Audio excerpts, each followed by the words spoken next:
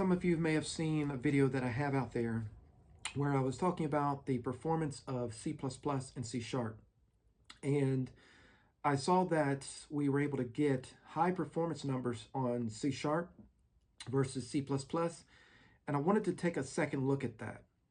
I really hadn't planned on doing that, but I saw this video out there from CPPCon by Dathskovsky, and he did a great job explaining some of the background behind the best practices in C++ today. And I watched the entire video, and I found numerous insights in how you can optimize performance with C++. And I like all of the different points that he raised. He went into the assembler, to the assembly code, and he explained the subtle differences in your high-level C++ code with respect to the assembly that's generated, and how decisions on using signed numbers can make a huge difference. He quoted Bajar-Starstrup that there are far too many integer types, And I found that very interesting because it's like, I've kind of felt the same way. And there are good computer science reasons for all the different integer types you see in these programming languages. And there are also good real-world practical reasons for that. But I think we've reached a point with all of the systems that we've built since the NATO conference on software engineering in the 1950s, that we probably could streamline this situation a bit. And I think that the platforms in their early days, Java and C Sharp, they tried to do that, but it's also gotten away from them as well. So, but look what Bajar-Starstrup is saying here. He's saying, stay as simple as you can. That was the theme of my last video. That was the theme of what I was presenting earlier. Stay as simple as you can. Use signed integers till you really need something else. So use signed integers until you really need something else. However, what we see in this presentation by Dathskovsky is that it is not so simple. And by the time he gets to the end, he has shown that there are some good best practices that you'd want to follow in order to ensure that your code runs fast if you're using C++. In the world of C Sharp, you don't have, in .NET, you don't have that issue. You're not juggling between different compilers. You just got the one compiler, and it does a very good job at optimizing your code. And so, you know the hardware. If you want to really write good code, know your hardware, right? And one of the things he said earlier in the presentation is that you want to use unsigned integers, right? Unsigned numeric types. They help tremendously. And he doesn't say do that across the board, but it does help in many cases to use to prefer and default to unsigned number types. And so that was one of the things that I saw there. So again, I talked about this in a previous video, and I talked about how the .NET compiler runs through these different iterations to speed up your code. And what I saw with the C Sharp version is that you end up with roughly 250 million operations per second, right? Versus what I saw with C++, where you had approximately 13 million operations per second. So, as I mentioned in that previous video, I wrote the C Sharp version by hand, and then I took ChatGPT 01, and I said, look at this C Sharp code that I wrote. Because remember what Bajar-Starstrup said, stay as simple as you can. And so I wrote the simplest code I could in C#. What would be the simplest code equivalent in C++? And so I ran it through ChatGPT, and it produced something that was pretty nice, but as you saw, 13 million operations per second. And I then went back to ChatGPT and I said, hey, let's take this C++ code. I didn't show it the C# code anymore. I said, take this C code that is 20 times slower than the equivalent C#, and let's stay high level, but let's optimize this code. Can we optimize this C++ code any further? And it did. So I did comment out this part. In my test, it didn't make a difference at all. It did not make no difference. And so, and what it did do is it threw off the output to the screen. It threw it off so that it did not look right. So anyway, I also I went in behind ChatGPT and I made everything const, and I also improved the code formatting, okay? But by and large, this is what ChatGPT was able to iterate and make some improvements off of the last version that we had done, okay? And so, but the program still outputs to the screen, to the console, the same way it did previously with the changes that was done. But we put less emphasis on the chrono system clock. We use it in some places, but we're using the C function local time, right? There's a C++ header for that, so that it uses the C++ calling conventions, but it's essentially a C-oriented implementation, right?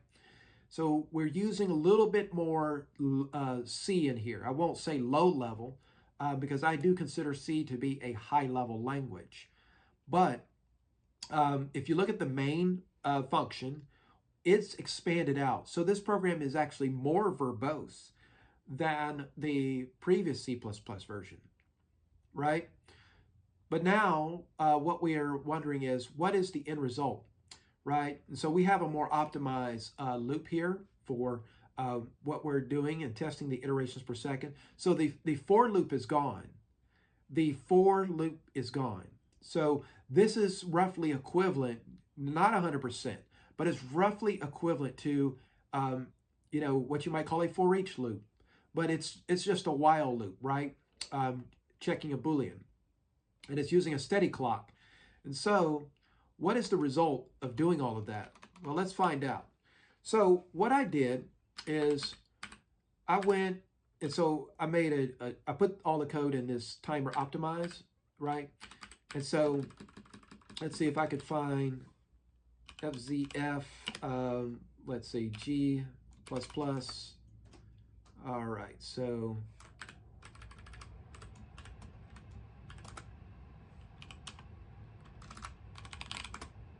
so never mind that.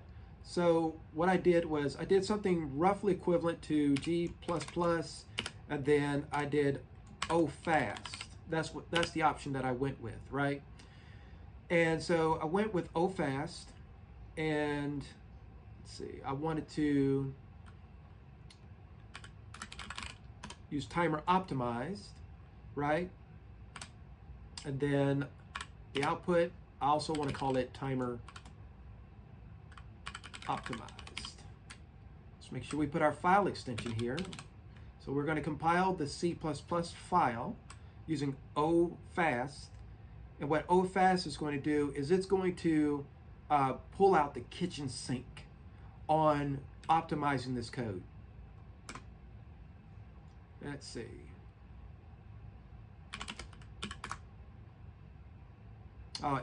It's program optimized. My bad.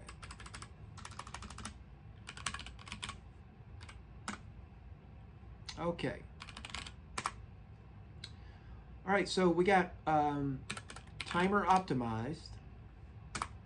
Let's run it for 100 iterations, and let's see if there's a difference between this and the C++ version that was running at 13 million operations per second. Where do we end up with when we make some optimizations in the C++ code itself? All right, so now we've just passed our first cycle. We're on our second cycle, a fourth. So it's making good progress here. And what we're seeing is we have roughly 46 million operations per second, right?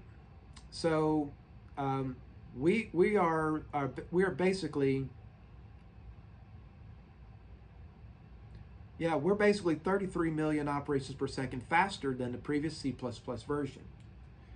So, but the C# version is still 200 million times faster, right? Even with the optimizations, right? So it's still 200 million times faster to write the same code in C# using less code, higher level abstractions, memory safety, and much greater reliability, right? So that's the verdict. So I wanted to give the C++ implementation another chance. I wanted to give it a fair shake. The only other direction from here where you could potentially match the the C# implementation is if you were to go C style C++. You might as well write something like this in C if you want the maximum performance, in my view.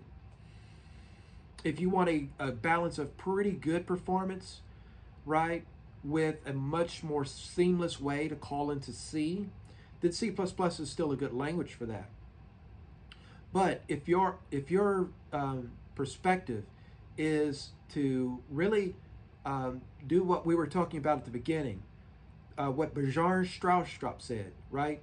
Bjarne basically said, stay as simple as possible, right? And across all the implementations that I've done in this explanation, the simplest direction is to basically write it in C#. And you can write unsafe code in C#.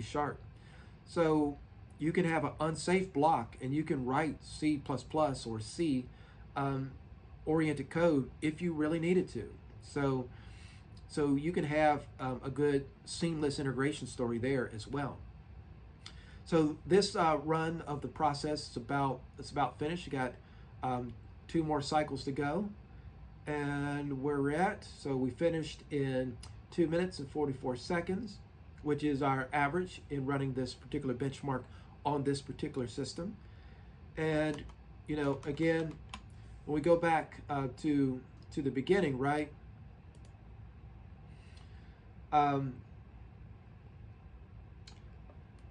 Dale Wheeler said, the need for signed integer arithmetic is often misplaced, as most integers never represent negative values within a program. The indexing of arrays and iteration count of a loop reflects this concept as well. There should be a propensity to use unsigned integers more often than signed. Yet despite this, most coders incorrectly choose to use signed integers almost exclusively. I've been writing code since 1989, 1990. That's almost 36 years writing code. And it's only when I started working with C++ over the last 13 years that I had an appreciation for unsigned integers. And some would say, well, unsigned integers in the case of C++ and C is by necessity, right? But I would say that it actually applies in all programming languages that are based on C, such as Java, C#. I'm talking about the syntax, the way the syntax works and the way the code is formed, right? And the way that the overall machine model works in those programming languages. That, yes, I have seen more of a need to use unsigned numbers, right? Unsigned numbers, even if you're going to work with like databases, as we have more scalability, as we start to build systems that require more capacity, then you're probably wanting to default on unsigned integers. And so if you're using SQL Server, Management Studio, if you're using certain code generators in .NET, they're going to output in integers. It's going to be int. It's going to be your default. And maybe the best, there are two things that need to happen across the programming languages. For these code generators and for these auto code generation tools, not necessarily tools that generate the source code, but also generators that automatically generate code that your code influences. That there needs to be a new default. There needs to be a new default that everyone can agree on, that also would offer you less issues if your program started to really grow, where you don't have to revisit the number types. Because if you sprinkle int, regular integers, throughout your source code, and you then have to scale up your program, then you're going back and you're having to look at all those places. You might miss a place.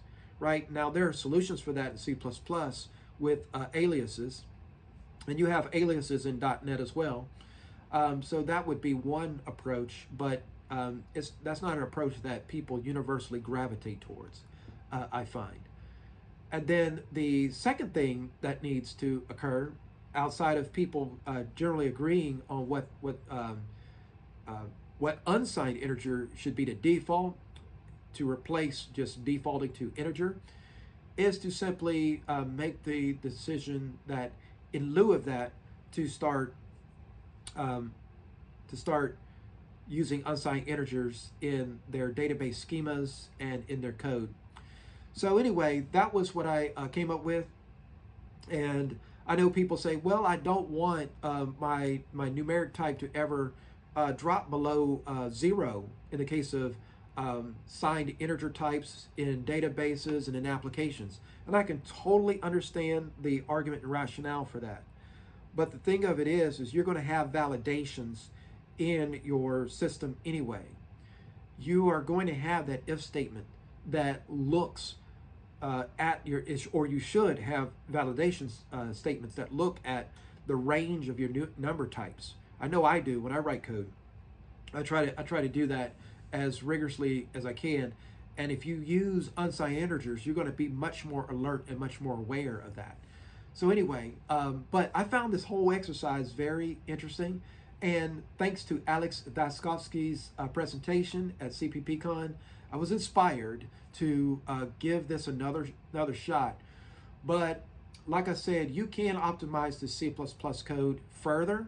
But if you do that, you're going in the direction of C, and you're writing code that's more verbose, and that defeats what we are really trying to do, right? What we're trying to do is we're trying to stay as simple as we can, right? And that's from the creator of C++. So with that in mind, I do see that C# is a better direction for a lot of software development that you're going to see in the Linux space and possibly the Unix space.